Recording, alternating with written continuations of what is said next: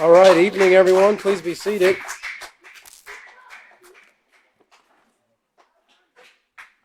All right. I hope everyone's doing well this evening, this Wednesday evening, as we're here and continuing in the Peaceful Solution Character Education Program Teacher Certification course here. And will beg my pardon here. I forgot to bring some lemon water up here with me this afternoon. So just a little bit of sinus congestion, but we'll make it through it. We are going to be continuing in Chapter 5. There is purpose to it all. And of course, if you've had the opportunity to join us for the previous classes with the previous teachers, we've covered quite a bit of information in here and understanding purpose. And, this is... this is one of my best liked chapters in regards to understanding our purpose. Purposes and goals, they're so important in life. And when you're young, a lot of times you don't really think about purpose, right? You don't think about having goals. Most times people are just living for the weekend.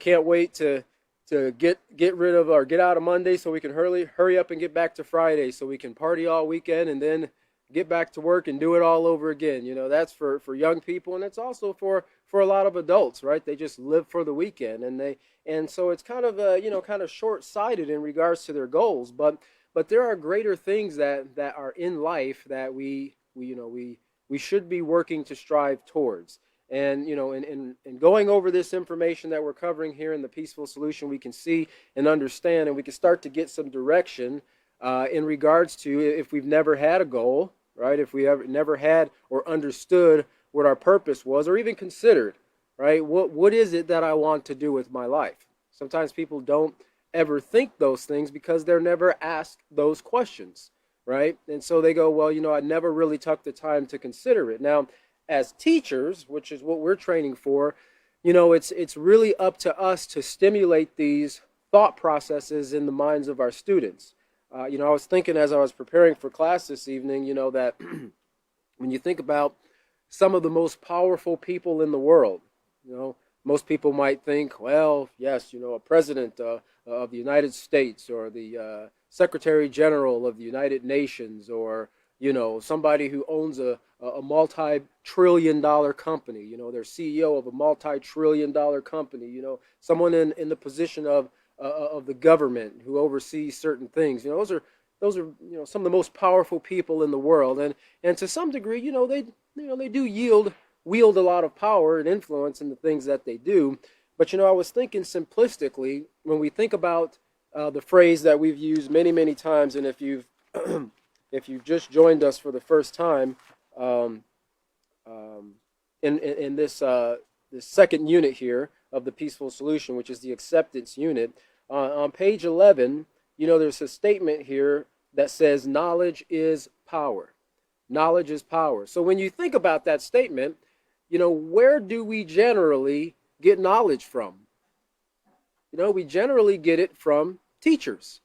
In some way, even if a person doesn't have a degree, so to speak, a bachelor's or a master's degree in education, that doesn't disqualify them from being a teacher, right? Because in every situation and in various times throughout the day, we've all sat in a position of a teacher, right? And we've had the opportunity to impart some knowledge, because that's a part of what teachers do. They impart knowledge to other people. Now, like everything we've learned from the beginning, chapter 1 of the character unit, all the way up to where we are right now, in unit 2 here, everything falls into two categories: positive or negative, right? So just because a person is in a position of a teacher doesn't mean that they're always going to fall into the category of a positive teacher. Because as we read in the character unit, we saw some examples of leaders who are also teachers. Now, they weren't sitting in a schoolroom in front of a chalkboard, but they were teaching people. They were teaching people about certain values that they held true, that in some instances, those values were very, very negative, and they led to the murder of 6 million plus people, right? And in some of those instances, those values influence people to take planes and fly them into buildings, right? Or to go into a building and try to blow it up, right? And so these are some of the things that we see in regards to the different types of teachers that are in society. But one of the things that I was thinking about in regards to this statement, as far as some of the most powerful people in the world, it kind of simplistically in my mind brought me back to, what a teacher is. A teacher imparts knowledge. And with that knowledge, as we've understood in the Peaceful Solution, comes power, right? And that power that we have is the ability to make a sound moral decision in any situation. A decision to choose peace when everybody else around us is choosing war, is choosing to retaliate, is choosing to take advantage of others, is choosing to steal, is choosing to do harm and violence, right? It takes a person of moral character and integrity to stand up for what's right. So we're going to go back here. We're in Unit 2. And we're in Chapter 5. And the title of this one is, of course, There is Purpose to It All. Let's look back. Procedure 6. We're on Lesson Plan 5, page D. And we'll look at Procedure 6. Because we covered the previous pages last class. We stopped off here at 96. Yeah, 96. We finished up with page 96 there, talking about free time, right? And the importance of how we choose to spend our free time, right? And how what is normal doesn't necessarily equate to what is right? What is moral, what is acceptable, and remember we looked at some of the different styles of dress, and I don't see anybody in bell bottoms and fly-wing collars in here this evening. Not that there would have been anything wrong with that, but if we were sitting in this workshop right now in 1970, we very well might see that. We're talking about the importance of dress and how dress and styles of dress change over periods of time. Well, so do these other things. Like we gave the example of some of the pastimes of a lot of teenagers is going to the mall and making fun of people as they walk by. Okay, and like I said, malls are, they're still in existence, but they're not quite as popular as they were when I was growing up. Malls were a very, very popular place to go and hang out, right? And most of the time when you have teenagers hanging out together, for the most part, they're not up to anything beneficial, right? And so sitting there and making fun of people, you think about the things that puts in the minds of those teenagers. Because when you make fun of somebody, you are in effect showing disrespect. And so when you have a group of them showing that disrespect, they kind of strengthen that ideology that disrespect is not only okay, but it's fun. And so what occurs when they get into a group and they're not sitting in the mall, and they're maybe at school or possibly even in a classroom, because they say, well, there's strength in numbers, right? And that could be in a positive way, and that could be in a negative way. A wolf pack finds strength in numbers too, but they'll also go and attack a human if they're hungry enough. They'll go and attack a house animal, a domesticated animal, a cow or someone's cattle or something like that. So that strength can be used to do either positive or negative. It all depends on the character of the individuals. Okay, but this knowledge that we're talking about here, what we're learning from the character education here, like I said before, it's able to strengthen the mind and make you powerful to a point where, no one would ever be able to shake your mind off of the path of building and maintaining a positive character, irregardless of what takes place in your life. Because as we covered in the first 3 chapters of Unit 1 there, there in life you're going to be met with many, many setbacks.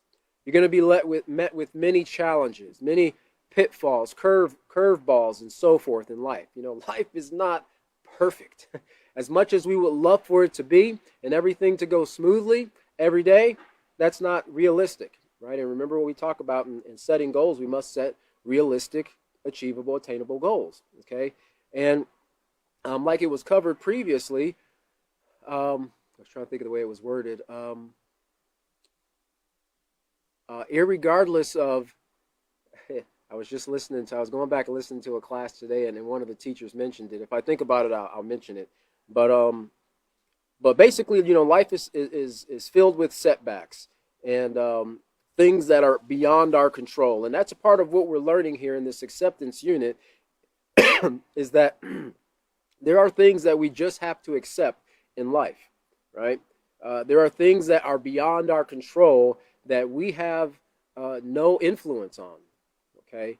But one of the things that we do have the ability to control and influence are the choices that we make, are the things that we allow into our mind, how we respond to things, whether it's a situation that we've heard about, or whether it's something or a way in which someone, directly conducted themselves towards us, if it was disrespect, right? We are the only ones that can control how we respond to those situations. And, we talk a little bit about, certain things like, how we look and, fixed characteristics and traits and things of that nature. But the most important thing out of all of this is the building and maintaining of a positive character. And our character, along with our reputation, is seen through the choices that we make on a regular basis, right? It's seen through our behavior, right? And our behavior is just a series of choices that we make, every day in our minds, right? No one has to look at you and go, you made that particular choice. When you're educated, you know that a person acts a certain way because A, they were educated, they were trained, that was a part of their environment, that contributed to a factor that contributed to influencing the things that they value. And B, that's partly how they're choosing to act. Now you think about it, because how many of us in this room have ever been angry by a show of hands or upset with something, right? I think most of us have. And sometimes, personally, I can speak from personal experience, sometimes, it really feels great just to hold on to that anger, right? It really felt great just to, see that person just, well, I said I'm sorry, what can I do? Is there anything I can do for you, to see them grovel? Now I'm not talking about anything recent. I'm talking long before I learned about the peaceful solution, right? For some reason it was like a satisfaction in holding on to that anger, right? But at the end of the day, I didn't do anything beneficial for myself or for that person, right? I only brought more harm to myself and even more hurt to the individual who probably, if the shoes were reversed, they probably would have quickly forgiven me, right? So sometimes it feels great to do the wrong thing. But that's what we have to train our students to recognize, not to make decisions based on how it feels. Make their decisions based on what's right and what's wrong, what's moral and what's immoral. Like we covered in chapter 1, that dividing line, moral principles are the dividing line that separate right behavior from wrong behavior. And once they can get that foundation locked down, then it becomes, their decision-making process becomes a lot easier, because now they're not guessing, right? They're not looking at a situation and then making a determination based on how they feel about it, because that can be very easy to do. But society teaches you, do what feels good, do what feels right. Well, how does this make you feel? Okay, and feelings, emotions, they come and go, and sometimes they're positive, sometimes they're negative. But we have to really emphasize, and I don't want to, like I said, you can't really overemphasize the fact, especially with what we've seen in society today and the influences of everybody's doing it, that a child, a person, an adult, any type of student, they can't make decisions based on emotions or feelings. They have to go back to the moral principles and then decide what's beneficial and what's harmful. So let's look at Procedure 6 here. Procedure 6, again, Lesson Plan 5, page D. And we're looking at an activity here. This is Activity 1, and it's entitled Positive and Negative Choices. Ask students to turn to page 97 in their handbooks and categorize the following activities, choices, and character traits into the column entitled positive. Sorry about that. I start talking, I get the phlegm in the back. Entitled positive choices, or the column entitled negative choices. Discuss with students the need to be aware of how they spend their time and who they spend it with. And we talked a little bit about that in the previous class and how important. We read a little bit of an article about how successful people spend their time and why it's important to do certain things in your free time. One of the things was educating themselves, reading, right? Mastering a skill and so forth. Doing things that build their minds. And there's a lot of things that many people have written much information on about strengthening your mind, educating your mind, putting more knowledge into your mind, right? Our minds aren't like our cell phones, where you buy a cell phone nowadays and you get 256 gig or 512. I think now you can get 1 terabyte of 1 terabyte of storage space. Well, you're still limited to the amount of information that you can store in that particular phone.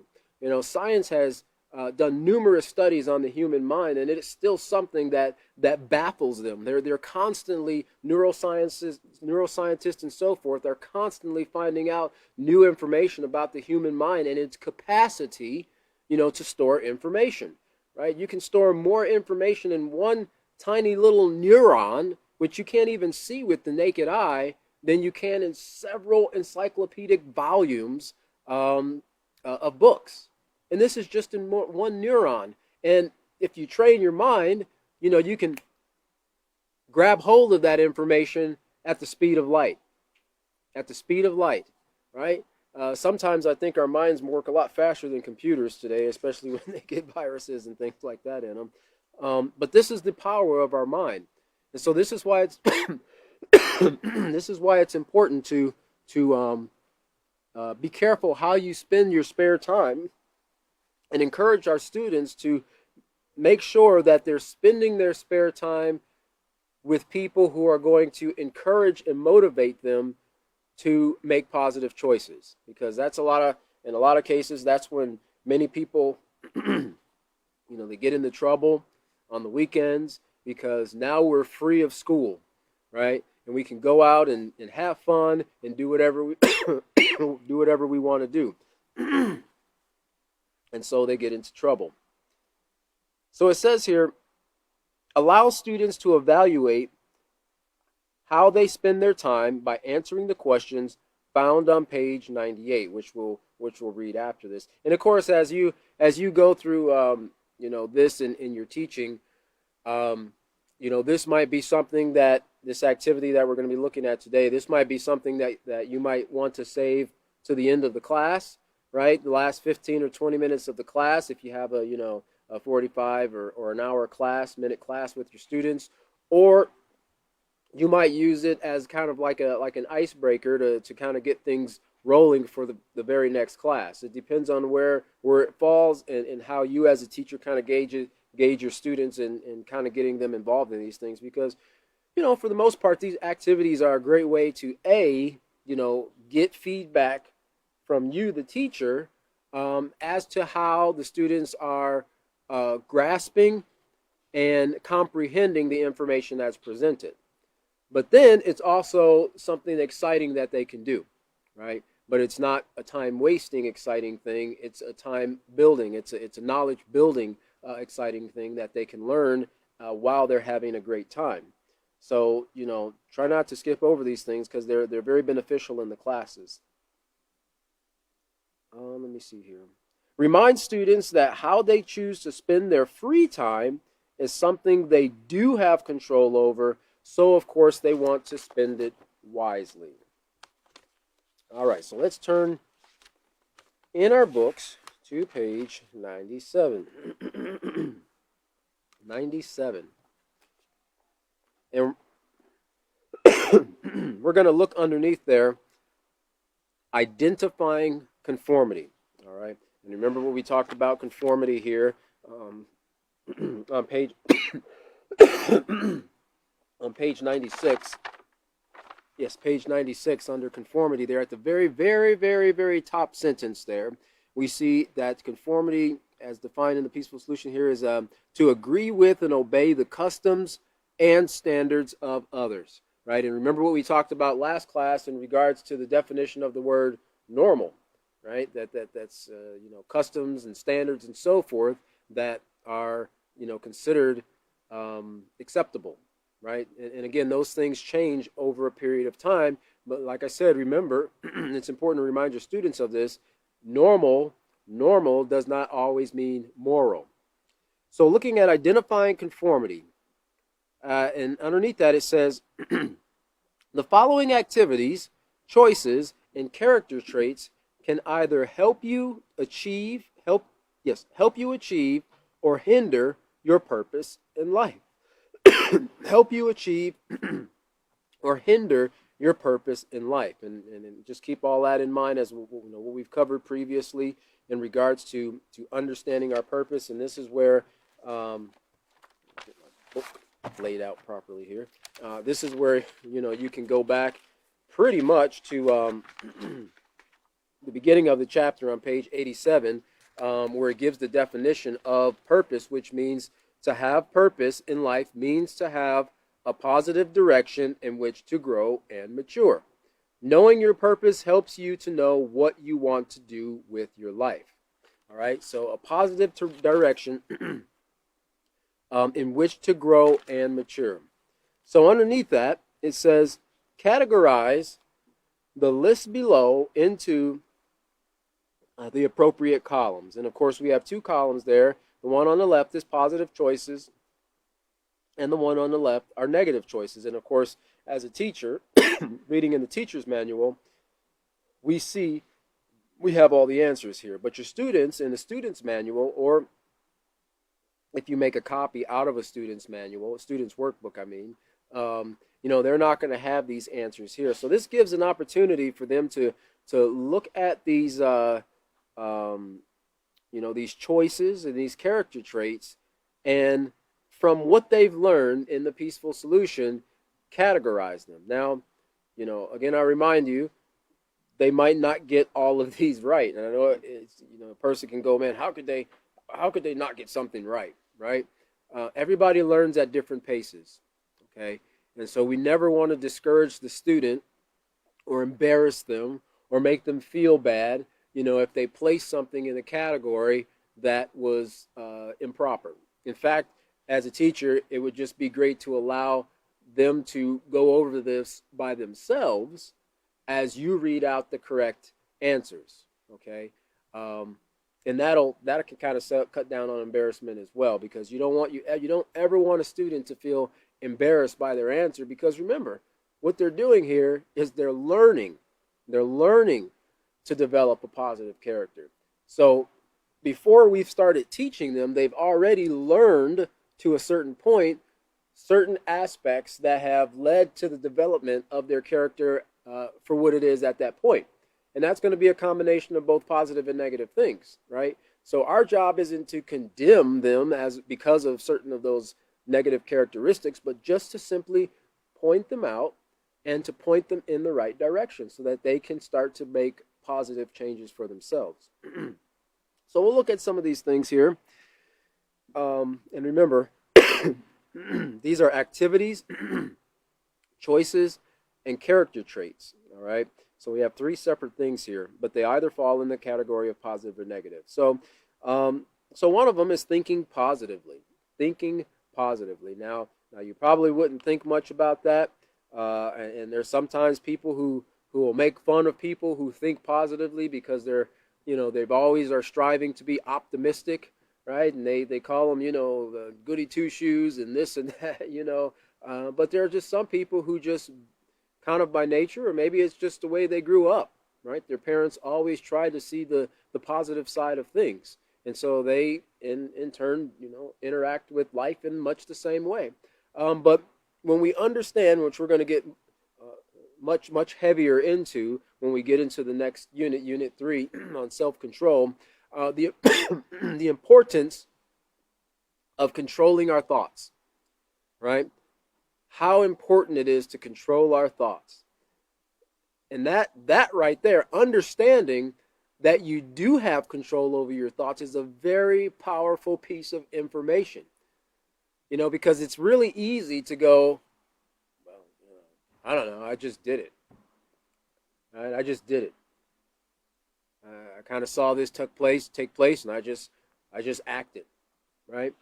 And it's real easy to just throw something out there like that and not take into consideration that no, you actually went through a thought process before that action came to pass. And this is one of the most, in all the years that we've been teaching the Peaceful Solution, we've heard so many powerful testimonials from people who went through the self-control unit, and it was like a life-changing experience for them. Because they realized that they had way more control over how they thought, felt, and act than society gave them credit for. Okay? But again, this is something that we have to teach. This is something that has to be learned. This is the knowledge that has to be imparted by the teacher to the student so they can have the power to control how they think, feel, and act. But thinking positively is very beneficial. It has very, very beneficial results that come with it as well. People who always have the way I like to say it is a dark cloud over their head. They're really kind of depressing to be around, right? Because the more you try to build them up, right, to lift them up and to encourage them, they still just want to kind of go right back to that negative way of thinking. And, they find that they don't have a lot of people that want to hang out with them and so forth, because people tend to like to be around people who make them feel great, right? And that's kind of the general way that humans are. Sometimes misery does love company, but for the most part, people like to be lifted up when they're not feeling great, okay? And so as a student, you might have to work a little extra harder, as somebody who is being negative, with your positive thinking to build them up. So here's another one here: obeying rules. That's another activity or choice, I guess I should say, that will fall into the positive column. Staying in school. Stay in school. That is so that you can get your education, or not running around playing hooky, as we used to call it growing up, playing hooky or cutting classes, to go out and have fun, right? And go to places that you're not supposed to be at during the day, and then they have to call the cops because there's a whole bunch of teenagers walking around in the mall in the middle of a school day, right? And it's pretty obvious because they all got backpacks on. So, what are they up to? A lot of places don't even allow students to enter their business establishments with backpacks, because things tend to go missing quite quickly occasionally. So staying in school, that's a positive one. Then we've got prejudice. That obviously falls into a negative column, the negative choices columns.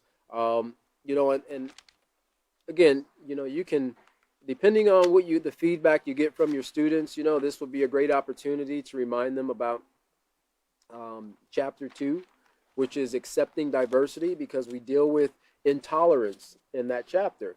And prejudice kind of falls down into that category of intolerance, right? Because people will tend to prejudge another person based on how they look, based on the color of their skin, based on, what nationality they are, or how they speak, right? How they sound.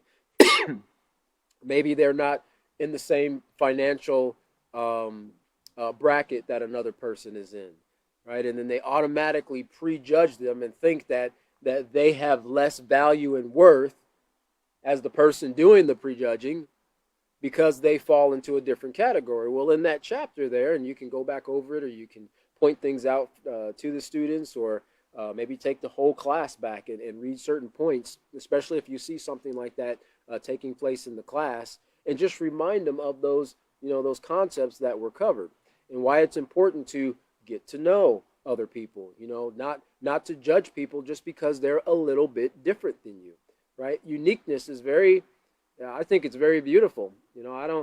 I guess if I grew up in a society where we all looked exactly the same, then that's probably what we'd be used to. But I say variety is the spice of life, right? And I like meeting new people. I like learning about people and their cultures and how they grew up, right? Everybody's got a story. Everybody's got a background, right? About how they grew up, and sometimes it might be in a different country. It might be in a different part of the state. They might have grown up very poor. They might have grown up very wealthy. Who knows, right? And so you'll never know that. The student will never know. They'll never know that there's potentially a really, really, really great, trustworthy friend in that person if they just look at them and go, well, that person looks different than me. I don't want to have anything to do with them. Okay? And so this is why it's important that we lay this foundation, and this is why we had, a whole chapter devoted to accepting diversity, right? Because everybody is different. There's nothing wrong with being different. All right, and so another one here is abusing alcohol, which obviously would fall into negative choices. And we did cover a little bit about that in the previous lessons and showing what does take place in the minds of the students when they do engage in these risk-taking behaviors. Alcohol is one, drugs are another. The next one here is staying a virgin. We've read this, we've gone over this in previous workshops and classes that we've had with some students, and some students actually laughed at that. They actually laughed at that because in society, remember we talked about the many different influences that young people and old people alike are constantly bombarded with, from movies, the television, internet, right? Video games. All these things are constant influences that are in a person's mind, even just billboard advertisements, right? That are still a very, very popular form of influencing in society today. But all these things are influencing people and pushing people towards, sex. More and more and more of it. Like I said before, do what feels great, and that's the drive to sell more products, right? And it's used to grab the attention of a person, right, towards a particular product. But that one act of grabbing that attention, it doesn't just stop right there. Now a seed of thought has been planted in the person's mind, and if they see certain things, now they're looking at a way to go about fulfilling that desire or that inquisitiveness that they have about this particular thing that they saw. Okay, but there's nothing wrong with a person staying a virgin until they get married. That's what we covered. William covered in the last session that he taught in regards to premarital sex. We talked about it here on page 96 at that very top paragraph. And by abstaining or abstinence, right, there are a lot of things that you can save yourself from. And one of the things that was covered in his class was the STDs. Now, one of the things that people don't think about, and especially a lot of young people, unless they're directly impacted themselves, right, is how prevalent STDs are in our society. Most people think about, herpes and syphilis and gonorrhea and chlamydia. They treat it just like the average cold. That's how it is in their minds, right? Oh, I got a case of the clap. I'll just go get a shot, then I'll be back in business. Right? That's the way they think about it. But again, that's what they've been trained to believe. That it's listen, we can just cure that with little antibiotics, and you can be back in the saddle again. But the problem with that way of thinking is the facts that are given to them are not true facts. Right? Remember William talked about the difference between true facts and false facts. The fact is that many of these STDs that are very prevalent, millions and millions of new cases every year, and we talked about this in previous classes, the millions, not thousands, the millions of young people ages, I think 15 through 24, who are newly contractors or newly contracting these STDs. and then they go out and want to engage in other people, with other people, spreading these things more and more and more. So there's nothing wrong with staying a virgin until you get married, and then you've gone through that process of choosing friends, right? And making sure that the person that you are going to marry is working on and has been working on and working to maintain a positive character, right? Because you wouldn't want to go through all that work in developing a positive character and protecting your mind from risk-taking behaviors and the influences that come with just making random impulsive choices, the consequences that come from doing those types of things, and then go and marry somebody who's going to drag you right back down into everything that you've worked so hard to avoid. This is why it's important that each person, both the man and the woman, educate themselves on what they should be looking for in a partner. Because, the wife, as well as the husband, they should be a friend to both persons, right? And they should remember what we, let me see here. Let me write that down. I think it's back here on page 61. Let me see here. Yeah, wait. Yes, 61 and 62. When you think about that, when a person does get married, that their partner should be a friend to them. And then we'll just remind you here on page 61 of what we talk about here, the definition of what we look for or consider a friend. And it says here under introduction, it says, do you know what can occur when you develop and maintain communication and interaction with others? You can form strong, lasting friendships.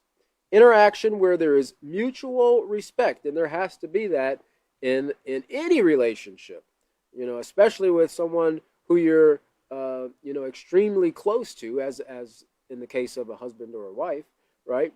You must have mutual respect for both parties. And their possessions results in opportunities to get to know, appreciate, and value someone to the point where you can call him or her a friend, okay? And look down to the last paragraph here at the very bottom on page 61. It says, in this lesson, you will learn the importance of friendships. You will learn also that the most important thing friends can do is to encourage and motivate each other to make choices that will support their positive growth and development. Now you think about when a person gets into a relationship and the other individual has not been working on building a positive character, and the other person is faced with having to make a moral decision. How can the other person encourage them to make the right choice? They can't. What do they have?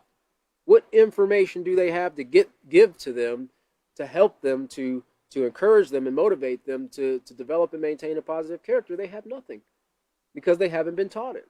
So this is why it's important that we choose people whose characters and whose processes of thinking are pretty similar to ours in regards to building a positive character. On page 62 at the very top, it says, real friends encourage you to do what is right.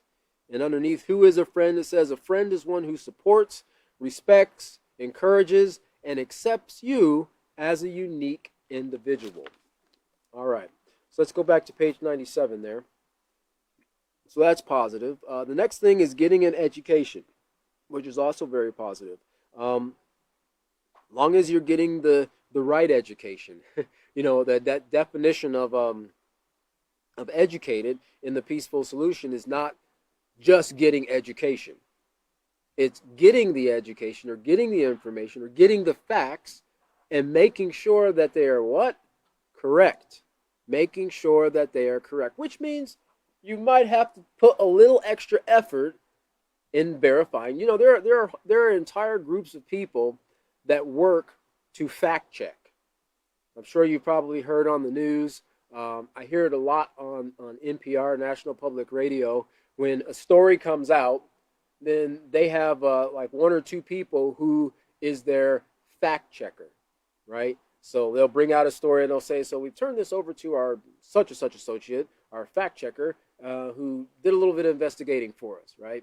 And they'll do some digging and they'll find out yes, this information is accurate, or no, it was just some BuzzFeed, right? To garner attention for a particular cause or whatever. So, this whole business of building a positive character, it's not like a get rich quick scheme, right? It's not a get great character quick type of scheme. We have to actually work at it. And this is something that we have to remind our students that, because it's not an instant overnight process. It takes a lot of hard work and effort to work to develop a positive character. And so getting an education is also another one of those things that were listed underneath the what successful people do with their spare time article that we read last class.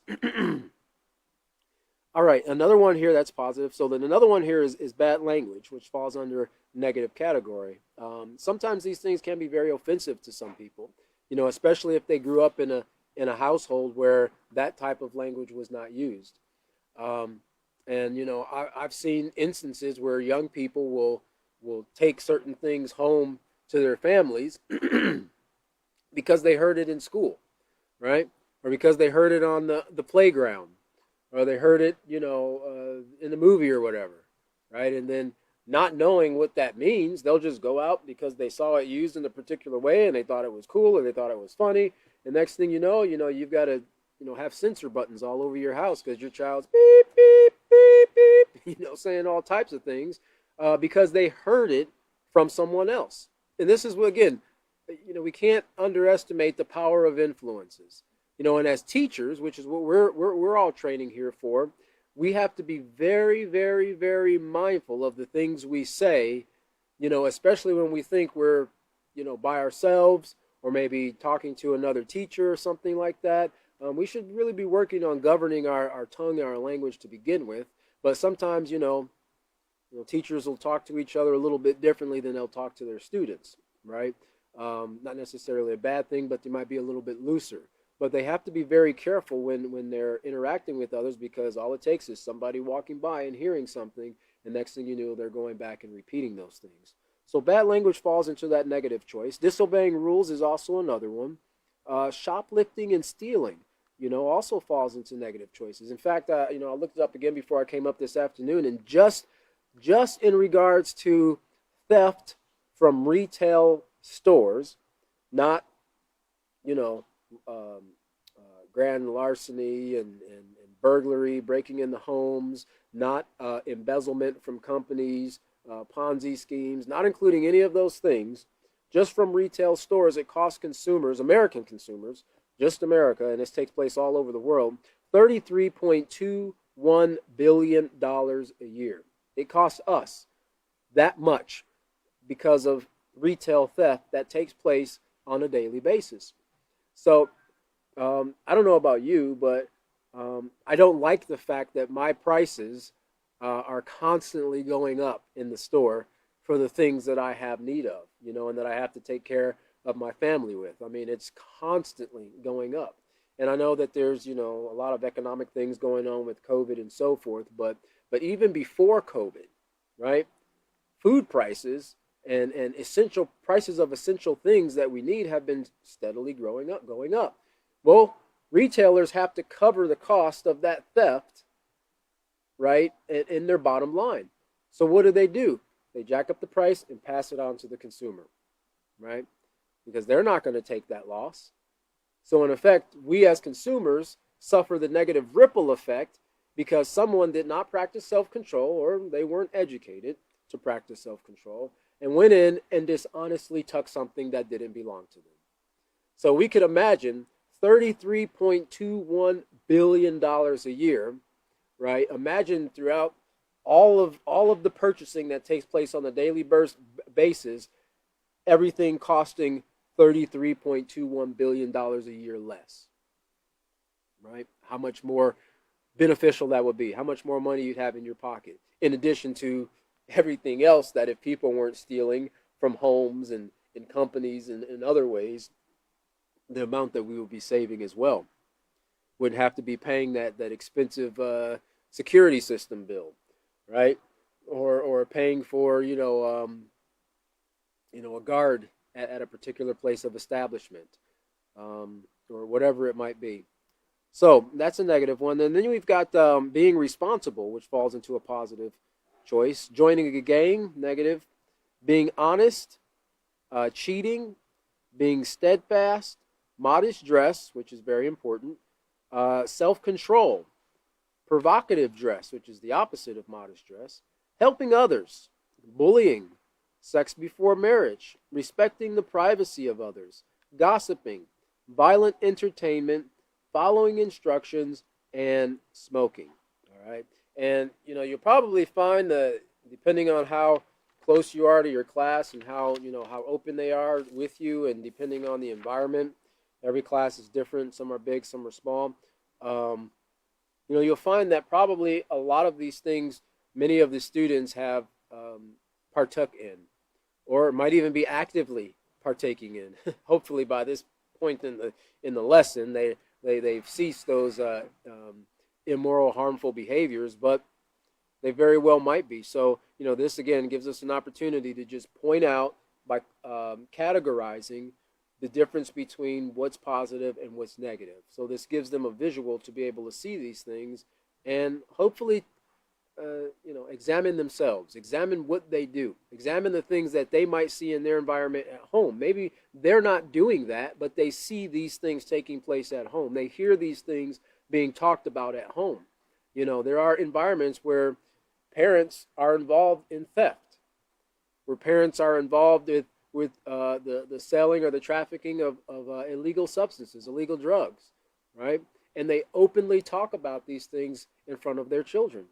Okay, and these are influences to their children as well. Now, their children might not be doing it, all right? They might not be involved in drugs, but these are influences, things that they are seeing on a regular basis, and whether they realize it or not, it does affect them, okay? All right, so let's look over to page 98 here, because this is where we talk a little bit about how the student, at the very top there, it says, write on the lines below. Now, this, of course, again, depending on how your class will be structured, you might want to, make copies of this and pass it out. Or if the student, maybe doesn't want to write in her book, however it works out.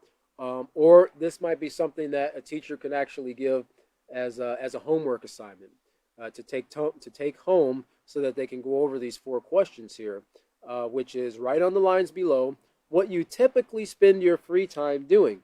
Is it negative or positive? Then answer the questions that follow. And then the 4 questions that are given here is, my free time is usually spent doing the following things. And depending on what time allows, and if you have any volunteers, right, who might want to come up to the class and come up to the front of the class or raise their hand, and they can give their examples. Now, as a teacher, in today's day and age, you might want to go over your students' answers, possibly, just to make sure they don't say anything that's inappropriate. Hopefully, at this point, they're not, but you've always got the class clown who wants to make everybody laugh. So take that into consideration. My free time is usually spent doing the following things is question number 1. And number 2 is, based on your answers above, would you consider this time wasted or time well spent? Now, again, this gets them to thinking about how they spend their free time.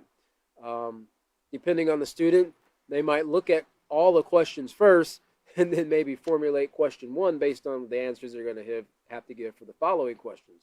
Most people are just so excited to write down the answer to question 1 that when they get to question 2, now they've got to stop and think about it, right? Is this time wasted or time well spent? Number 3 is, if it's time wasted, what other choices could you make that would better utilize your time? So now they have to start thinking about different options that are available. Maybe they can't think of anything. If I've heard it once, I've heard 1,000 times from young people, I'm bored. I don't know what to do. And what's most parents' responses? Well, you could go clean your room.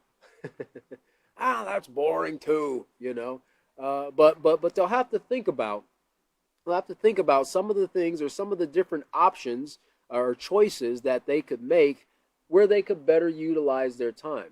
Whether it's reading a book that educates them in some way, shape, or form. Whether it's getting involved with a building project, or maybe even volunteering their time, helping others to do particular things. Maybe it's going out and mowing the yard, or helping out in the neighborhood, and seeing if they can mow other people's yards, helping them to be kind of be like entrepreneurial or something like that. There's other things that young people can do if they start kind of thinking outside the box, that can be time well spent and beneficial, and a help, to themselves and others. A lot of times I know I was encouraged when I was younger, to go and do that. There's a lot of elderly people who had yards and they had lawnmowers, but they weren't physically able to go out and mow the lawn, right? So there was things that could be done with the proper permission, salt, and so forth, where you can go and you can cut, the grass of the elderly people, or possibly the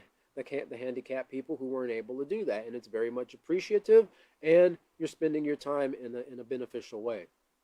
And then lastly, number 4 is how does how you spend your time help you achieve your purpose? So this brings them back to, the very beginning of the chapter. Is this helping them in understanding a positive direction in which to grow and mature? Right? Is this helping them to accomplish that goal? Right? If it's not, then they need to reassess that. Because more than likely, if they're doing it, it's because they value it. So this takes us all the way back to the character unit in evaluating our values, right? And reevaluating those things. Okay, so I think this is a great project here, even for a homework project, because this way the student will have the opportunity to really stop and think about, these answers that are being presented here, and they can formulate things that are really, thought-provoking.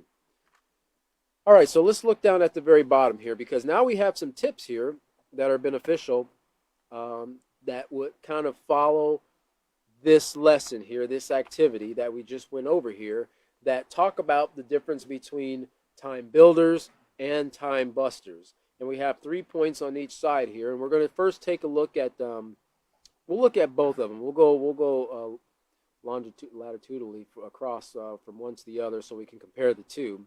But let's look over to the left here. We got this time builders guy, and then over to the right we've got the time busters guy, kind of like one's Hans and Franz, and the other one is a scrawny little guy over at the right, because he's not doing anything that will build and strengthen his time. Think about it this way, and this is something you can remind your students of. When we do things to build our time and to build our mind, it's like strengthening your mind. Many examples have been given as the mind as being like a muscle. Now, it's not a muscle that, muscles work by contracting. The shorter the muscle gets, that's how muscles work. Their strength is in their ability to contract, right? And the mind doesn't contract, but it's able to be exercised by putting knowledge into it, and then putting that knowledge into practice, right? When we learn these concepts from the peaceful solution, this information can be looked at as like weight, right? It's like a weight. And the more we look, the more we learn, the more weight that we're piling on that barbell. That's not a dumbbell, it's a smart bell, right? Because you're getting smarter. And so the more we practice this, when we run into a situation, or when we're faced with having to make a moral choice, the stronger our minds become, okay? And it gets to a point where,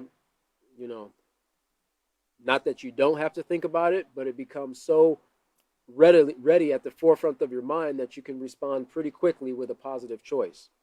So some time builders here. Number 1 is a person could read a book or study, okay?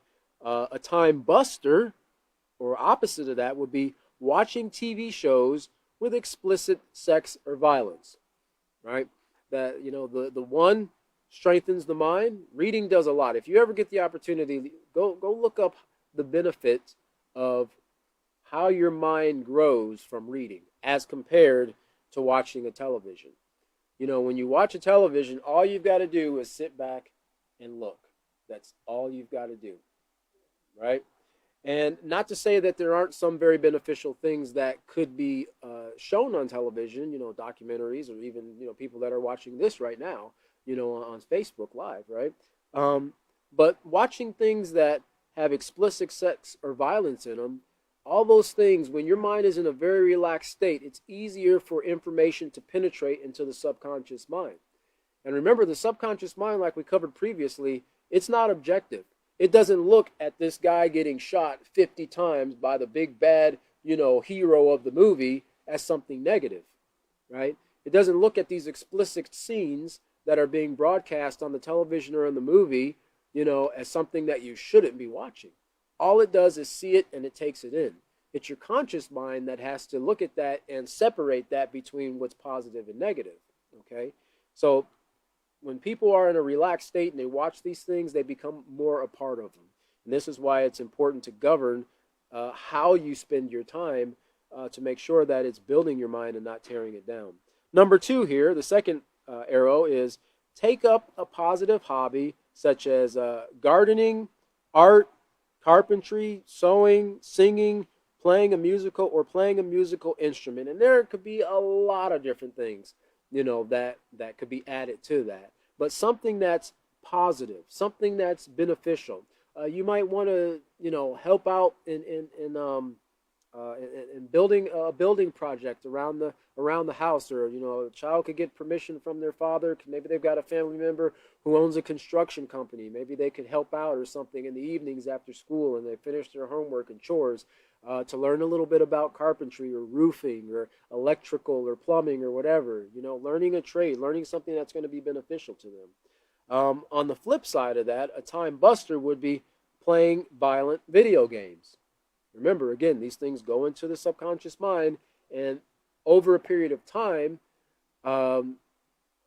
they become what a person values in response, and how they respond, right? Seeing this violence in the video game, because remember, when you're playing a video game, unlike a television where you're just sitting back and looking at it, you are an active participant in that game, right? And that controller's in your hand, and you need your mind to do that controller, work that controller. And sometimes people are working the controllers like this, they really get involved in it, right? Physically involved in it. And your subconscious mind is seeing that as something that you're actually doing. Behind that in that first person shooter game or whatever, right? Behind that weapon, and they're shooting that weapon at people and, blowing people's heads off and things of that nature. That's going into the subconscious mind, and it's interesting because there are agencies that are using these forms of entertainment to train people how to kill. Okay, so just keep that in mind. And the last time builder is assist your family and community. Assist your family and community, and it could be in, like I said, many different things. Sometimes people are a part of neighborhood programs that help to clean up the neighborhood. Some people were involved in the I think William, one time they had a group or the Peaceful Solution had an Adopt a Highway program, if I'm not mistaken. That was down down in Laredo area. And what you do is you go out and you clean up the highway. I mean, you clean up along the side of the highway, pick up paper and trash and so forth. So when the TxDOT or whoever came through to cut the grass, then it was all nice and clean. And that was a beneficial thing in helping out the community, right? But on the other side, the negative side will be sitting around by yourself or with friends just doing nothing, doing absolutely nothing. Again, and that's a time buster or a time waster. So these are things that you can go over with your students there, and really make it exciting, really make it fun, get the input from them, and see what they're grasping and what they might need a little bit of work on, and then patiently work with them and build their mind with this information, because as teachers, like I say, we have a very great responsibility in training the minds of our future leaders to make positive choices. So we're going to stop right there on page 98, and we'll pick up on page 99, test, prove, and stand firm for next class, which will be Sunday, October 31st at 5:30 Central Standard Time. Thank you very much, and we'll see you next class.